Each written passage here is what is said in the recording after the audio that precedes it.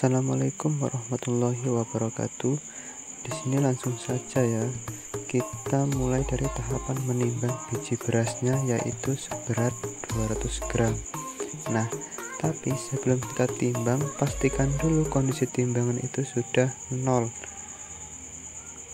Setelah ditambah alat atau wadah timbangannya, barulah kita bisa mulai untuk menimbang.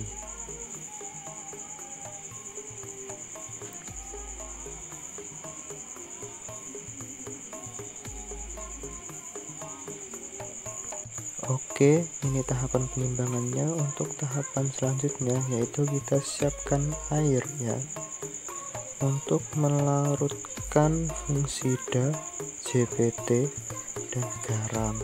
Nah, untuk pelarutannya itu nanti akan kita sesuaikan dengan timbangan, jadi tidak asal melarutkan atau hanya sekedar cemplung-cemplung beres. Nah, jadi semua ada tahapan, prosedur, dan aturan supaya hasil menjadi maksimal. Oke, mantap. Untuk tahap berikutnya yaitu kita larutkan 200 gram garam ke dalam 500 ml air. Nah, setelah itu barulah proses selanjutnya bisa diteruskan.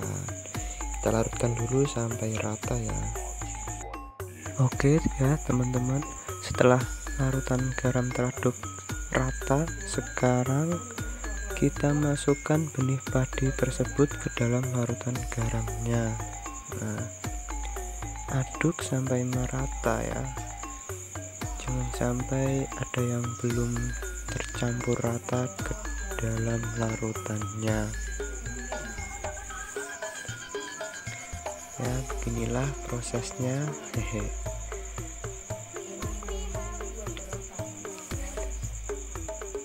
Masukkan sampai semuanya tercampur rata. Oke, mantap. Oke, untuk selanjutnya karena telah diaduk rata dan didiamkan selama 15 menit, alhasil jika ada benih yang rusak atau tidak layak untuk digunakan, maka benih padi yang mengambang tersebut yang harus kita angkat, karena yang mengambang itu ialah benih yang rusak.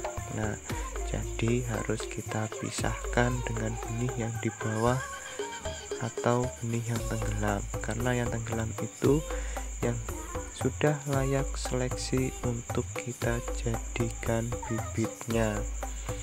Nah, untuk prosesnya masih kita gunakan secara manual ya, masih belum menggunakan mesin.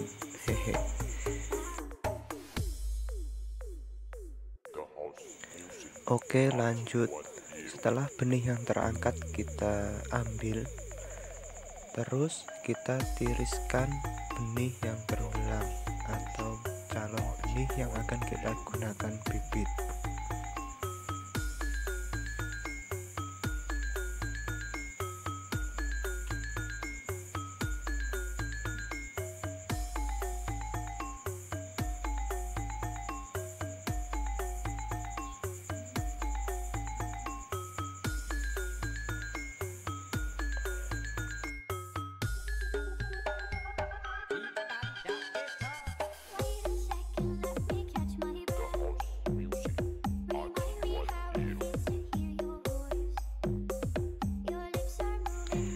Dan siapkan wadah untuk benih yang akan kita gunakan sebagai calon bibit. Dan jangan lupa ya, jangan sampai tercampur dengan benih yang terangkat tadi. Nah, oke, inilah tahapan-tahapannya. Masih banyak tahapan lanjutan, mohon bersabar ya. Ya, inilah prosesnya.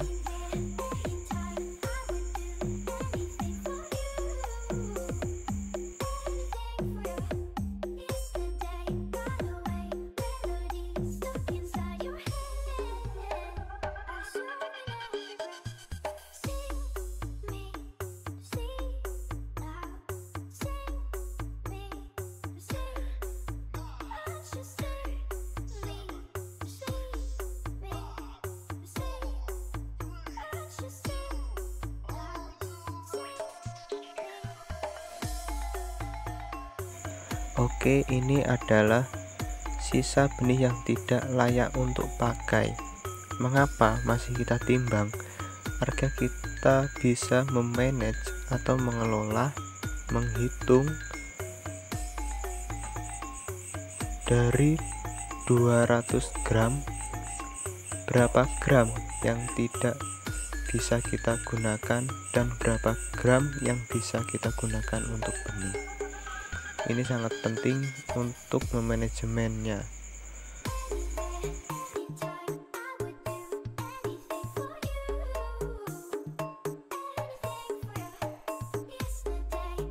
Dan berikut adalah cara penghitungannya, yaitu jumlah bulir benih yang tidak layak digunakan pas ditimbang adalah 6,6 gram.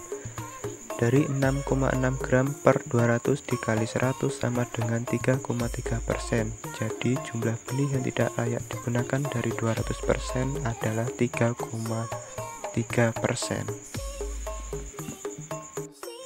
Dan ini adalah proses pencampuran JPT dengan 1 liter air dengan takaran 100 ml JPT setara dengan 1 liter air untuk pelarutannya. Nah, proses seperti ini. Bagi yang sudah tahu ukurannya itu sudah terbiasa gunakan sendok saja. Buat yang belum tahu ukurannya, ya silakan menggunakan takaran mililiter agar tidak salah dalam prosesnya. Karena takaran itu berpengaruh juga dengan hasil. Setelah JPT kita larutkan, berikutnya adalah fungsida yang kita larutkan bersama dengan JPT tadi.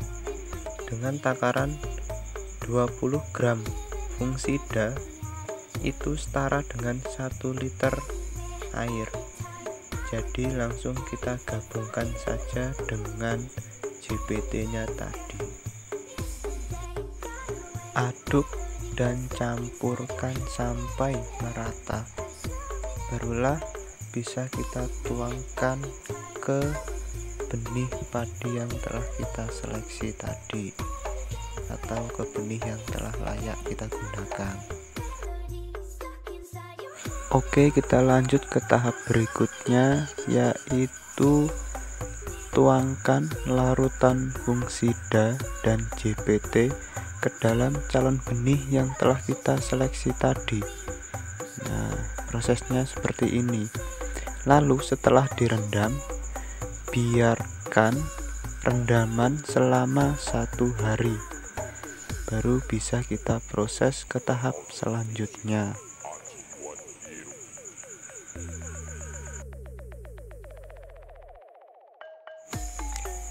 Setelah melalui proses perendaman selama 1 hari, barulah kita bisa melanjutkan ke tahap selanjutnya, yaitu kita tiriskan dan kita tuangkan ke dalam kain yang telah kita basahi, lalu lipat sampai menutupi calon benih yang akan kita gunakan. Dan penyimpanannya dalam suhu ruangan yang terkontrol kelembapan dan sirkulasi udaranya selama 1-2 hari.